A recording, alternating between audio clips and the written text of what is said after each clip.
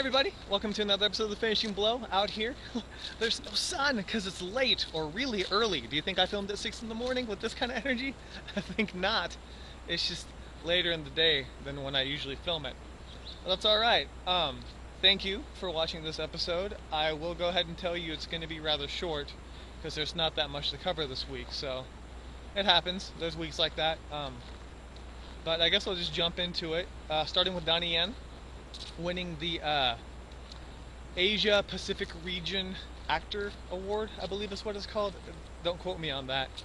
I typed it, but I don't remember exactly how the words went. But anyways, Donnie Yen pretty much got recognized for his acting ability, and that's pretty big, especially for him. He's been in the film industry for 30 years now, and it's about time he got recognized for his ability to act. Now, I think a lot of it has to do with like the Ip Man films and him doing more, taking on bigger challenges that force him to be more emotional with his characters. Now, I'm not going to say that every one of his characters are going to be like that from now on. Legend of the Fist, not so deep. But it's cool that he got recognized for his acting ability. I really think that's awesome. Congrats to Donnie for getting the award. It's definitely deserved. Hopefully he doesn't mess it up with like the Expendables and films like that. But we'll see.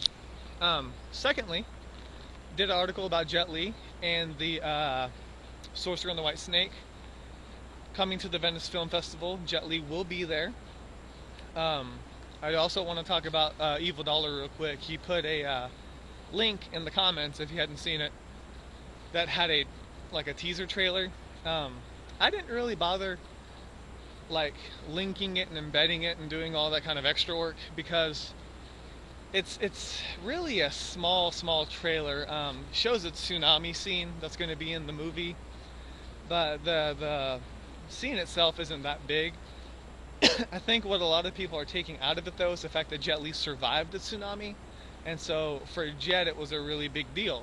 And for you guys that don't know, in 2004, I believe it was, Jet actually was in a tsunami in the, I forgot what it's called. It's like the Maldives. It's like a set of islands. Don't quote me on that either. It's going to be the episode of mispronunciation. But an earthquake caused a series of tsunamis, and Jet Li was actually injured. Didn't die. Spoiler alert, it's 2011 and he's still making movies, so if you didn't see that coming, I'm sorry. But he did injure his foot, but I think one of the interesting things was the fact that like they portrayed him as this hero. He saved his daughter.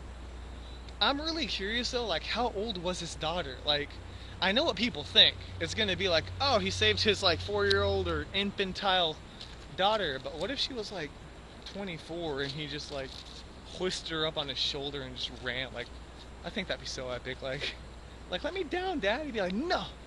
Just running, and then maybe he tripped and injured his foot. That's probably not what happened. I'm probably being a jerk, but it happened 7 years ago. So anyways, props to Jet for, re-experiencing that, like going through it again, being a professional and doing what needed to be done. So awesome job, Jet, for that. Going on into Tuesday was the day of Bangkok Knockout. It came out apparently in selected stores because I couldn't find it. Had to end up getting it online, but it's hard to find in Georgia, apparently, a bunch of martial arts films, because that happened to me, like I said, with the Mad Monkey Kung Fu. I found Clash, but I couldn't find Mad Monkey Kung Fu, so I'm still waiting on that to come. What was I talking about? BKO, that's right. So I did a review for it as well yesterday, and since the movie came out this week, I didn't do a huge, like, in-depth review. It's more of a, like a outline of what to expect if you were to get the film or if you were to watch it. So hopefully it helps you make a decision. I definitely put my 2 cents into it, what I thought, what I liked, what I didn't like. So I think it's all up to you now, whether you want to get it or not. It's so dark. It's amazing. I think my camera can handle this better. Anyways, so jumping back to Wednesday was Movie Do, and the guys at Movie Do, and they did a teaser for their short coming up called The Art of Death. And if you haven't seen that yet, it's awesome. I mean, it was to the point where I had actually linked it in my Facebook page to show everybody, and then finally had a day where I could write an article about them. If you haven't checked it out, it's just awesome. There's a lot of like quick hits, good choreography. I love the sound effects, like old school sound effects in a modern setting is epic.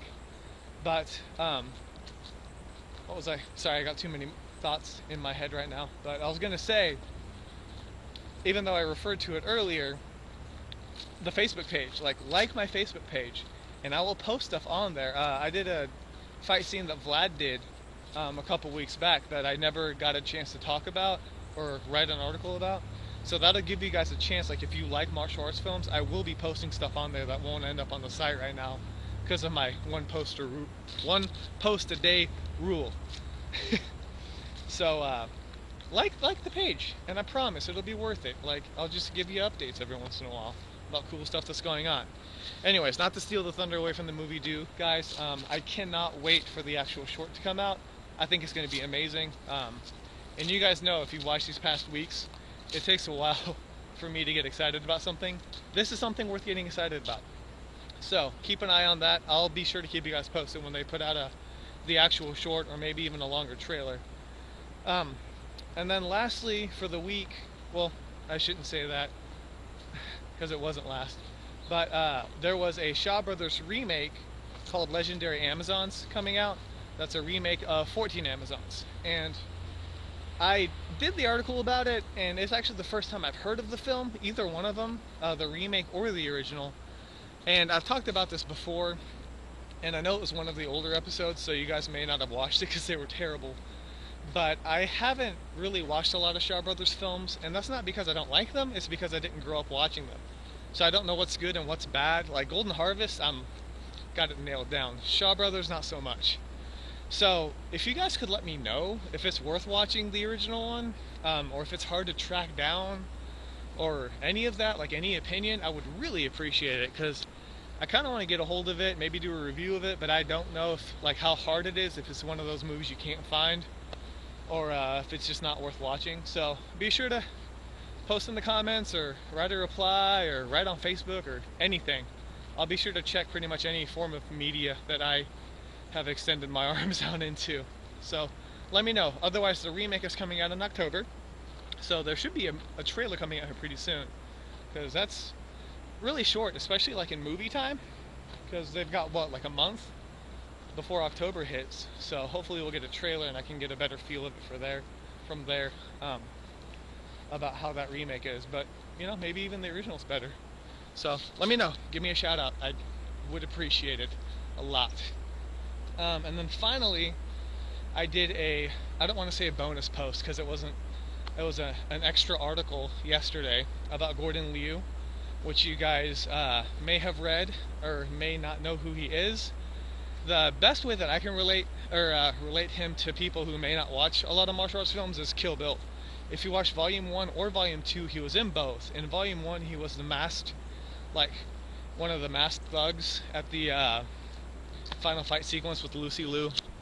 And in Kill Bill 2, he was the crazy teacher that was like laughing and stroking his beard all the time. I don't know why it started up here, stroking his beard.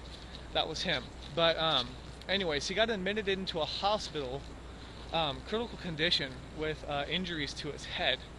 Now, they said that he was actually like on a ventilation system so that he could breathe. He has been upgraded to like stable condition, which is really good. But I'm not quite sure what happened to him yet. There's a lot of, like, you know, people, rumors and speculations, and speculate all over the place. I'm not really going to jump into that right now. Like, I'll be honest, I don't care how he got injured. I just want to make sure he's okay. So be sure to let him know that, you know, he's in a thought and prayers and whatever. But you see these kids were wondering what I was doing. I don't care. I'll film anyways. But yeah, serious talk right here. Jeez, kids. But yeah, be sure to let Gordon Liu know that, you know, he's in your thoughts and prayers. I'm sure he'd appreciate it, even if he doesn't, you know, go to this side. I mean, contact him however you can and let him know. But I do really hope he has a speedy and complete recovery. He's a martial arts legend, and he deserves to be recognized. So hopefully he'll be all right. Like I said, I don't care how he got injured. He could have gotten drunk. He could have headbutted 400 people in a row. No matter what it is, we just hope they do all right. So, anyways, that's it for this week. Like I said, it was a short video, but fun nonetheless. Hopefully there'll be some trailers and stuff we can talk about next week. But thank you so much for stopping by in this nice little dusk area. But I guess until next week, this is K Meller, and this week has been finished.